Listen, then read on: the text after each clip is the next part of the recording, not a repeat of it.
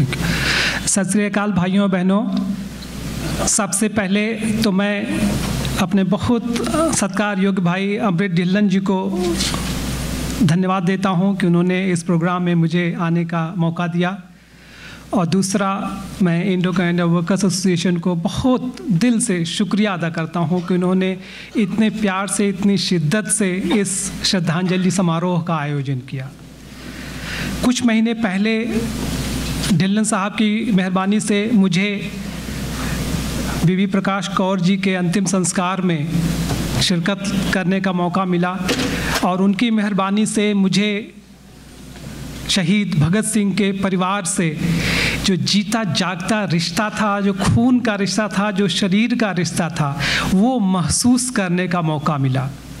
मेरा अनफॉर्चुनेटली उस शहीद के परिवार से खून का रिश्ता तो नहीं है, लेकिन बचपन से ही मैं बनारस का रहने वाला हूं और मैं शायद 5 या 6 साल का था तब मैं इलाहाबाद गया था और चंद्रशेखर आज़ाद की जो शहीद की स्थली है, स्मारक है, वहाँ मैंने भगत सिंह की गाथा सुनी।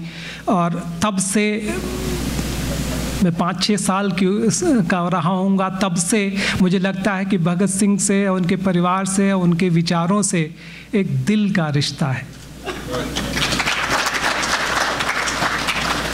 और बचपन से ही उनके चरित्र में, उनकी जो ओज है वाणी में, जो ग्लोरी है उनके कैरेक्टर में, उनकी लाइफ स्टाइल में, लाइफ की स्टोरी में कुछ बातें हैं जो बहुत ख़ास मुझे लगती हैं।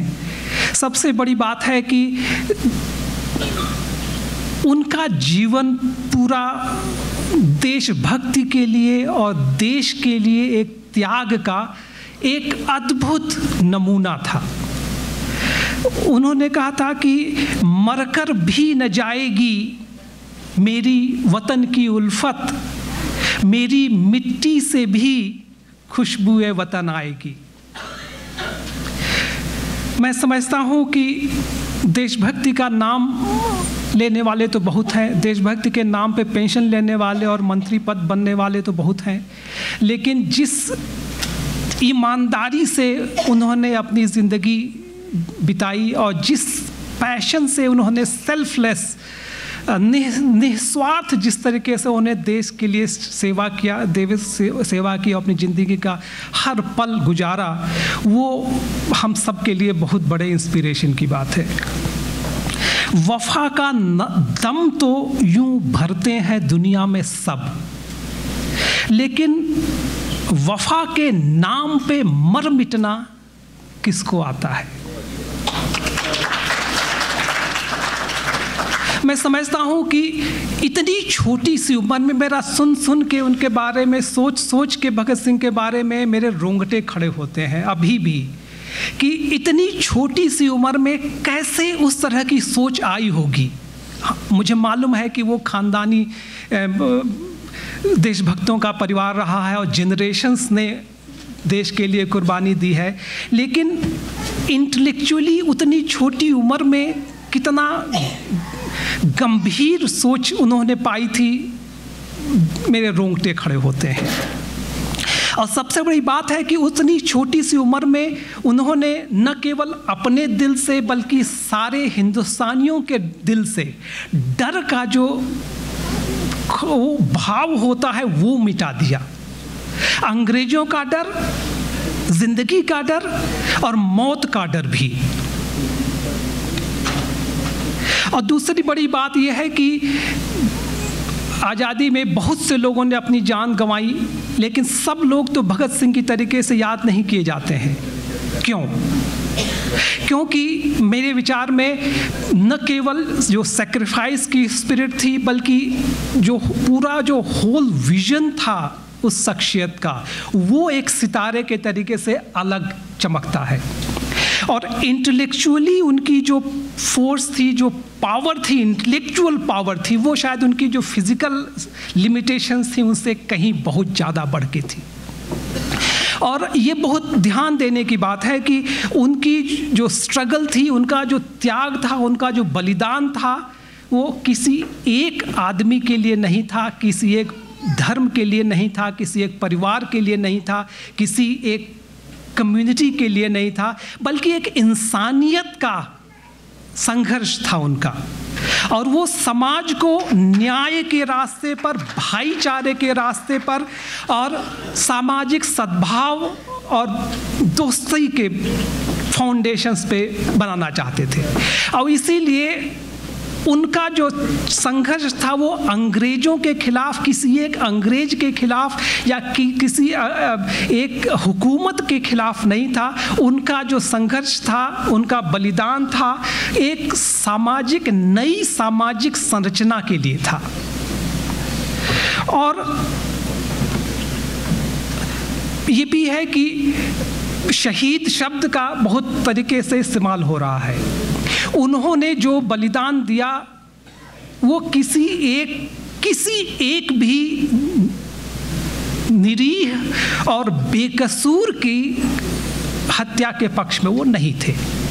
और जब उन्होंने सैंडर्स को गोली मारी तो उस गोली मारने के बाद भी उन्होंने कहा कि मैं माफ़ी मांगता हूँ कि एक आदमी को मारा है। लेकिन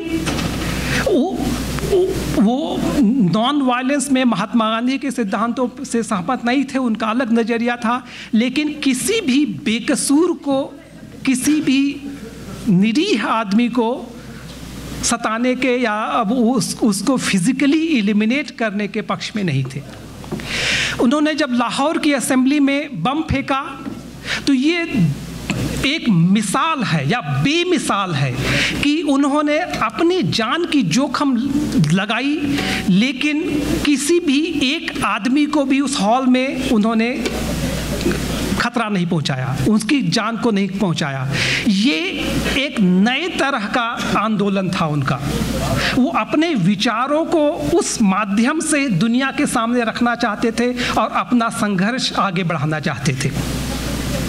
अब इसीलिए मैं समझता हूँ कि भगत सिंह हम लोगों जैसे मट्टी के पुतले नहीं थे। वो एक इंसान मात्र नहीं थे, वो एक प्रतीक थे, वो एक उदाहरण थे, वो एक मिसाल थे हम सब के लिए। और वो विचार, वो जलता हुआ सितारा कभी बुझ नहीं सकता है। मैं समझता हूँ कि वो भगत सिंह की शहादत और भगत सिंह की जो चरित्र को हम याद करते हैं, हम एक किसी इंसान को याद नहीं करते हैं, हम एक विचार को याद करते हैं। और वो विचार अमर है और उसी विचार के साथ जुड़ा हुआ है बहुत सारे लाखों लोगों ने, जिन्होंने बिना किसी स्वार्थ के, बिना कुछ रिटर्न में मांगे अपने जान की, अपने ज़िंदगी की कुर्बानी कर दी।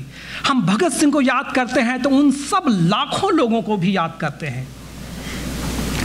और भगत सिंह उन सब के त्याग के और देशभक्ति के प्रतीक हैं। मैं समझता हूं कि उनका जो मिशन था वो पूरा नहीं हुआ है। सरकारें आती रही हैं, सरकारें बदलती रही हैं, व्यवस्था में थोड़ी बहुत परिवर्तन होती रही है, लेकिन जिस तरीके की न्याय की, ईमानदारी की, भाईचारे की, कम्युनल हार्मोनी की जो उन्होंने विजन की थी, वो अभी भी हमारे लिए एक लक्ष्य है।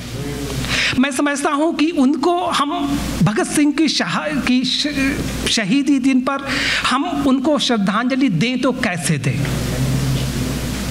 हर शख्स चाहता है कि सच हो मेरी तरफ, सच की तरफ होता है कोई साज ही। देशभक्ति का नाटक करने वाले तो बहुत मिलते हैं, लेकिन देशभक्ति की टोपी पहनने से, देशभक्ति का कुर्ता पहनने से, देशभक्ति की पगड़ी पहनने से देशभक्ति नहीं होती है। और केवल फूल चढ़ाने से देशभक्ति और भगत सिंह की देशभक्ति आत्मा को शांति नहीं मिलेगी। मैं समझता हूं कि अगर हम सही भगत सिंह की याद को अपने दिल में जीवित रखना चाहते हैं और उनको सच्ची श्रद्धांजलि देना चाहते हैं, तो हमें उनके विचारों को, उनके त्याग के, देशभक्ति के और कर्तव्य के पालन की मिसाल को अपनाना पड़ेगा। और भगत सिंह, जैसा आप जानते हैं, वो बहुत धार्मिक नहीं थे, किसी एक धर्म में विश्वास नहीं करते थे, लेकिन मैं समझता हूँ कि अगर उनके आप जीवनी को देखें तो मैं समझता हूँ कि उनकी ज़िंदगी में हर धर्म का जो सार है, हर धर्म का जो इसेंस है और जो फंडामेंटल वैल्यूज़ हैं वो झलकती हैं। और उनसे बढ़ के मुझे लगता है कि स्पिरिचुअल फोर्स मेरी नज़र में बहुत कम है जी इंसानों में बीच में। उन्होंने जैसे कि अपने लिए नहीं दूसरों के लिए अपनी ज़िंदगी गंवाई, और यही हमारे गुरु जी नानक जी ने भी कहा है कि विद्या विचारिता पर उपकारी। ज़िंदगी का मतलब क्या है अगर अपने लिए ही हम ज़िंदगी जानवरों की तरह से बिताते रहें? दूसरों के उपकार के लिए, दूसरों के भले के लिए, दूसरों को न्याय मिले, दूसरों को सद्भाव मिले, उसके लिए उन्होंने ज़िंदगी गुजारी। और किस तरह का समर्पण था उनका, निस्वार्थ, बिना कुछ मांगे, बिना कुछ अपेक्षा किए रिटर्न में। मालिक तेरी रज़ा रहे और तू ही तू रहे, बाकी न मैं रहूं न मेरी आरज़ू रहे, कि जब तक वतन में, जब तक कि तन में जान, रगों में लहू रहे, तेरा ही जिक्र यार, तेरी आरज़ू रहे। ऐसी थी शिद्दत देश के लिए उनकी। वतन हमेशा रहे, शादकाम और आज़ाद हमारा क्या है, हम हैं फ़ानी, कल रहे न रहे। बहुत बहुत शुक्रिया।